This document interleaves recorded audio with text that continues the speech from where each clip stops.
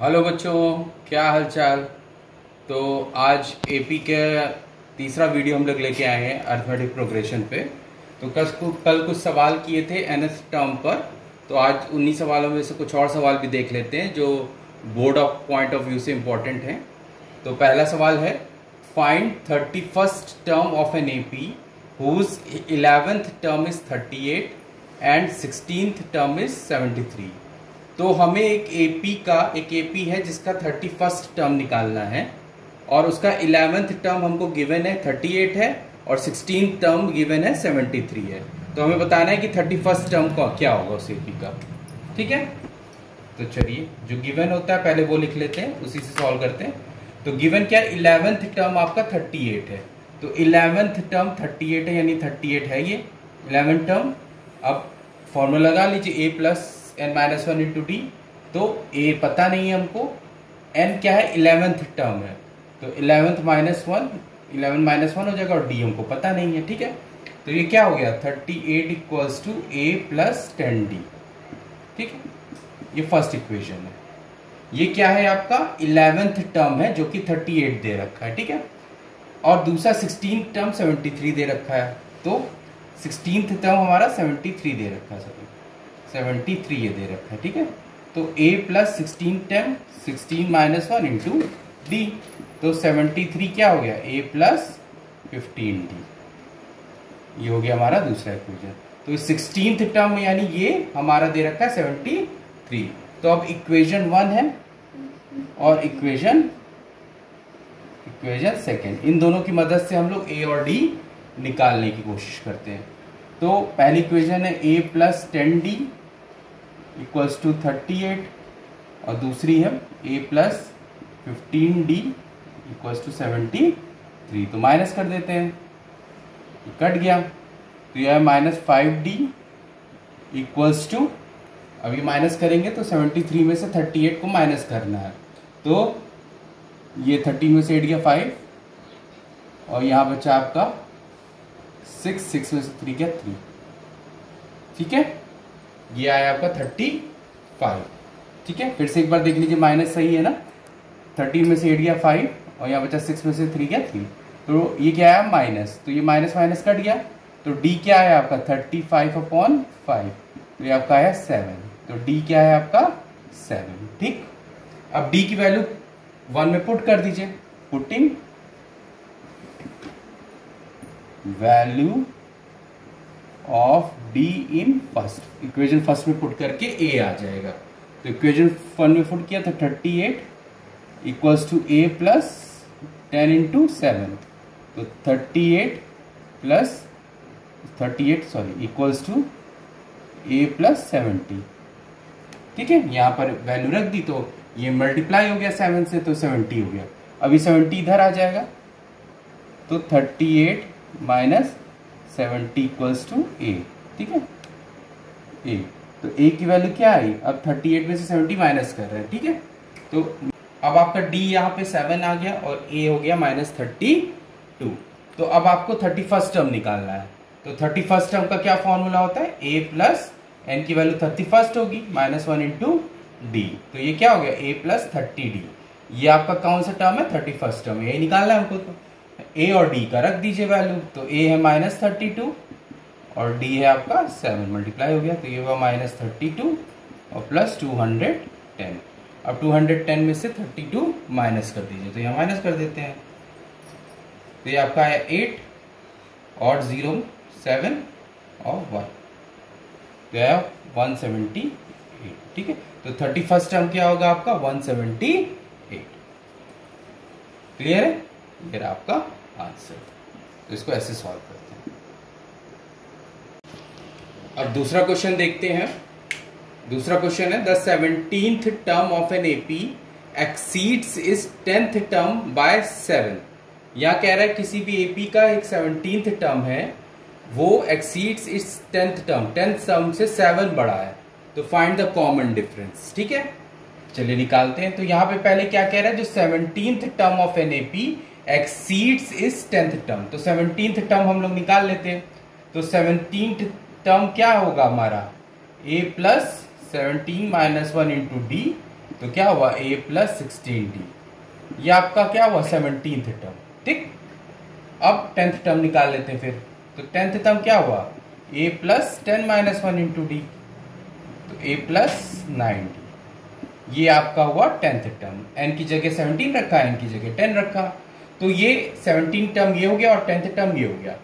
अब आपसे क्या कह रहा है कि 17th term of an AP exceeds is 10th term by 7। जो 17th टर्म है वो 10th टर्म से 7 बड़ा है। ठीक है, तो अगर दोनों इक्वेशन को इक्वल करना होगा तो हम क्या करें, 10th टर्म में 7 जोड़ दें अगर, क्योंकि 17th टर्म 10th टर्म से 7 बड़ा है, तो अगर हम 10th टर्म में 7 जोड़ देते हैं तो ये दोनों इक्वेशन इक्वल हो जाएंगी। तो 10th टर्म में हम 7 जोड़ देते हैं। क्लियर? अब ये क्या हुआ, ये दोनों इक्वल हो गए, a से a कट गया। ठीक, अब ये 16d माइनस 9d इधर ले आइए, ये हुआ आपका 7। ठीक, क्लियर है? तो अब आपका आ गया 6 3 9 7d इक्वल्स टू 7, तो d आपका क्या हुआ 1। क्लियर है बच्चों? आसान था। चलिए तीसरा क्वेश्चन देख लेते हैं। विच टर्म ऑफ एपी 3, 15, 27 और 39, ये आपकी एक एपी दे रखी है 3, 15, 27 और 39 will be 132 more than it's 54th term. मतलब ये कोई एपी दे रखा है, इसका 54th टर्म जो है 54 टर्म से 132 जो टर्म होगा बड़ा, 54 टर्म में मान लीजिए कोई वैल्यू आई, उसमें 132 जो बड़ा नंबर होगा उससे वो टर्म हमको निकालना है, वो कौन सा होगा। ठीक है, क्वेश्चन आपको समझ में आ गया। ये एक एपी दे रखी है, इस एपी का जो 54th टर्म है उसमें अगर 132 ऐड कर दें तो वो वैल्यू जो आएगी वो किस नंबर पर आएगी, हमको ये निकालना है। ठीक है, चलिए सॉल्यूशन स्टार्ट करते हैं। तो हमें सबसे पहले 54th टर्म निकाल लें। अब 54th टर्म में 132 जोड़ दें तो आपका वो टर्म आ जाएगा, उसके बाद n निकाल लेंगे। तो सबसे पहले 54 टर्म निकाल लेते हैं, क्या होगा। तो 54th टर्म क्या होगा आपका a plus 54 minus 1 into D, तो a प्लस 53d। ये आपका क्या हुआ 54th टर्म। अब a क्या है 3 और 53 है, d क्या है आपका 12, 15 माइनस 3 क्या हुआ 12। ठीक है, d आपको पता ही कैसे निकालते हैं, तो यह 3 प्लस 52 इंटू 12 कर लीजिए यहाँ पर, तो यह है 6 10 3 1, यह है 6 10 3 और ये 5। क्लियर है? तो यह है 6 3 6 6 3 6, तो ये आपका है 6 3 6, तो ये आपका है 6 3 9। यानी जो आपका 54th टर्म होगा वो क्या है इस एपी का, इस एपी का जो 54th टर्म है वो क्या है 639। क्लियर है? अब हमें वो टर्म निकालना है जो इससे 132 बड़ा है। इसमें इस नंबर से 132 जो बड़ा है वो नंबर किस पोजीशन पे होगा, हमको वो नंबर निकालना है। तो इसमें 132 जोड़ दीजिए, तो 132 जोड़ने पर वो नंबर क्या आएगा पहले हमें निकालना है। अगर इसमें 132 जोड़ते हैं तो वो नंबर क्या आएगा, ये 54 टर्म है और 54 टर्म से 132 बड़ा है, तो पहले वो नंबर निकाल लेते हैं क्या है, तो जोड़ देते हैं। तो 9 2 11, एक 4 और 3 7 और 7, यानी ये वो नंबर है जो 132 54 टर्म में 132 ऐड करने पर आएगा। अब हमें ये निकालना है ये नंबर कौन सी पोजीशन पर आएगा, वही आपका आंसर होगा। तो ये नंबर कौन सी पोजीशन पे आएगा, कैसे निकालेंगे, इसकी nth टर्म निकाल लीजिए। ये नंबर दिया है, इसका nth टर्म निकाल लीजिए, n जो वैल्यू आएगी उसी नंबर पर आएगा। तो ये दे रखा है 771 और a आपका 3 है, प्लस n निकालना है हमको और d कितना है 12। क्लियर?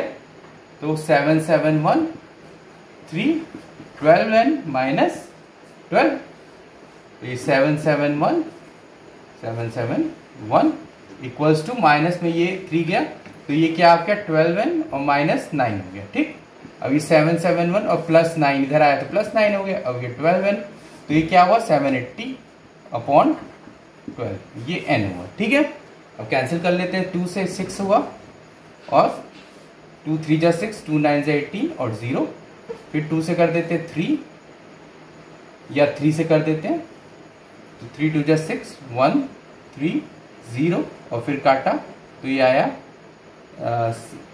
6 5। n की वैल्यू क्या है 65, यानी वो टर्म कौन सा होगा जो 54 टर्म से 132 बड़ा होगा, वो टर्म होगा आपका 65वां टर्म। 65वां टर्म वो होगा जो 54 टर्म से 132 बड़ा होगा। क्लियर है, समझ में आ गया होगा आप लोगों को। चलिए नेक्स्ट क्वेश्चन है, क्वेश्चन नंबर 4 आपका। The sum of 4th and 8th term of an AP is 24। अब यहाँ पे कह रहा है किसी एपी का 4th टर्म हम लोग लेते हैं और 8th टर्म लेते हैं और दोनों को ऐड कर देते हैं तो उनका सम है 24, और ऐसे ही 6th और 10th टर्म को लेते हैं उनका सम आता है 44। तो हमें एपी के फर्स्ट 3 नंबर्स निकालने हैं। चलिए स्टार्ट करते हैं। तो पहला क्या लिखा है 4th और 8th टर्म को ऐड करते हैं, तो ऐड क्या नंबर कितना है 24। तो 4th टर्म क्या हुआ आपका a प्लस 3d आपका 4th टर्म हुआ, फॉर्मूले में रख देंगे। n-1 कितना हुआ 4 - 1 वो आया 3, तो 3d प्लस 8th टर्म क्या हुआ a प्लस 7d। ये किसके बराबर है 24 के बराबर, यहां दे रखा है देखिए। तो ये क्या हुआ 2a प्लस 10d हमारा हुआ 24 के बराबर। तो दोनों तरफ 2 से डिवाइड कर देते हैं, तो a plus 5d equals to 12, या इक्वेशन 1। क्लियर हो गया। अब क्या कह रहा है 6th और 10th टर्म को ऐड करते हैं तो 44 आता है। 6th टर्म आपका हुआ a प्लस 5d और 10th टर्म हुआ आपका a प्लस 9d। ये किसके बराबर है 44 के बराबर है। तो यहाँ पे क्या हुआ 2a plus 14d equals to 44। तो यहाँ भी 2 से डिवाइड कर दीजिए, a plus 7d equals to 22। ये आपका आया सेकेंड टर्म। शायद 2 इक्वेशन आ गई, a और d की वैल्यू इससे निकल जाएगी इक्वेशन 1 और 2 से। तो इक्वेशन 1 एंड 2 दोनों को लिया, तो a plus 5d equals to 12 and a plus 7d equals to 22। Minus कर दिया, ये क्रॉस हो गई, तो माइनस 2d इक्वल्स टू कितना है -10, तो d आपका आ गया 5। क्लियर। अब d की वैल्यू किसी पे भी एक में रख दीजिए, पुटिंग d इन फर्स्ट में पुट कर देते हैं। तो a प्लस 5 और d की वैल्यू भी 5 इक्वल्स टू 12, तो a प्लस 25 इक्वल्स टू 12। तो a क्या हुआ उधर 25 उधर चला जाएगा, तो a क्या हुआ आपका 12 माइनस 25, तो कितना है -13। तो d आया 5 और a आया 13। ठीक है, अब आगे देखते हैं। अब हमें देखिए d की वैल्यू और a की वैल्यू पता चल गई। a आपका है -13 और d है आपका 5। तो फर्स्ट 3 टर्म्स निकाल लीजिए एपी में। तो पहला ही टर्म तो यही होगा। अब दूसरा टर्म क्या होगा, इसमें 5 ऐड कर दीजिए। ठीक है, तो -13 प्लस 5 कितना हुआ आपका -8, और -8 प्लस 5 कितना हुआ -3। तो ये 3 टर्म है एपी के जो आपका आंसर। क्वेश्चन नंबर 5 देखते हैं हम। Ramkali saved 5 rupees in the first week of a year, then increase her weekly saving by 1.75 rupees. If in the nth week her weekly saving becomes 20.75, find n। ठीक है, तो यहाँ पे क्या है रामकली जो है वो अपने फर्स्ट वीक में 5 रुपए जमा करती है और हर वीक वो 5 रुपए में कितना रुपए बढ़ा देती है 1.75। हर वीक अपनी सेविंग 5 रुपए में 1.75 रुपीज बढ़ा देती है हर वीक में। ठीक है, तो यहां पर कौन सा ऐसा वीक होगा, हमें उस वीक का नंबर निकालना है जहां पर उसकी सेविंग कितनी हो जाएगी 20.75 हो जाएगी। हमें वो वीक का नंबर निकालना है, वो वीक का नंबर बताना है जहां उसकी सेविंग 20.75 रुपीज हो जाएगी। ठीक है, तो स्टार्ट करते हैं। तो पहले वीक में वो कितना जमा करती है 5, तो ए आपका कितना हो गया 5, क्योंकि पहला वीक है तो पहला नंबर 5 होगा। अब हर वीक क्या करती है वो 1.75 अपनी सेविंग इंक्रीज कर दे रही है, मतलब इसमें क्या कर रही है 1.75 बढ़ा दे रही है। फिर जो आंसर आएगा उसमें 1.75 बढ़ा देगी, यानी डी क्या हो गया, यहां से डी आपको समझ में आ रहा होगा, डी क्या हो गया 1.75, क्योंकि 1.75 से वो सेविंग बढ़ाती जा रही है। ठीक है, और अब क्या है, टोटल जो nth टर्म है, जो nth टर्म है वो दे रखा आपका 20.75, ठीक है। टोटल रुपीस का टर्म इतना है, ये nth टर्म कोई दिया हुआ है। तो हमें ये बताना है वो nth टर्म कौन सा ऐसा वीक है जहां पे उसके 20 रुपए 75 पैसे हो जाएंगे। तो ये सिंपल है, 20 रुपए 75 पैसे हैं ये। ए आपका 5 है, एन हमको निकालना है कौन सा वीक होगा, और डी है 1.75। तो 20.75 equals to 5 plus 1.75 n minus 1.75, ठीक। अब ये इधर आ जाएगा, तो 20.75 प्लस 1.75, अभी सॉरी ये भी है ना, 5 भी है आपका। तो 20.75 इक्वल्स टू 5 माइनस 1.75, तो ये क्या आ गया 3.25। क्लियर है, माइनस करके देख लीजिए ना वो, तो अगर कंफ्यूजन हो तो 1.75, तो माइनस हुआ तो 5, 9 में से 2 और 4 में से 1 गया 3.2। क्लियर है।